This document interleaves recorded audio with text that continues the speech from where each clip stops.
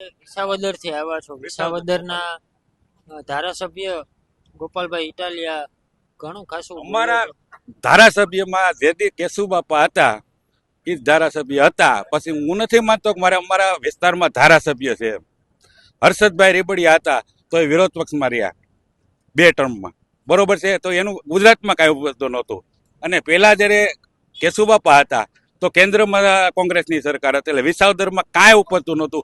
અને આજની તારીખે જેટલો કેશુબાપાએ વિકાસ કર્યો એટલો જ વિકાસ છે. એમાંથી એક દોરાવાય વિકાસ વધારે નથી થયો, ગમે તે આવ્યા. બરોબર, ડેવલપ કેનું થવું જોઈએ કે આ વસ્તીને કાંઈ પણ અવગવડતા પડતી હોય. આ હું જે તમને મુદ્દો કહું છું કે ખાતર ઓનલાઈન કેમ ન મળે, ખાતર ઓનલાઈન કેમ ન મળે? આવી જાય ગામની અંદર ગાડી તો બધાનું રજીસ્ટ્રેશન થઈ ગયું, હાલો ભાઈ ફટ દઈને ભરી લ્યો, ઠાઠું મારી લ્યો. ગાડી આવે પછી લાઈનમાં 2 થેલી જોઈ 5 થેલી લખાવી દેવાની 15 દિવસ અગાઉ.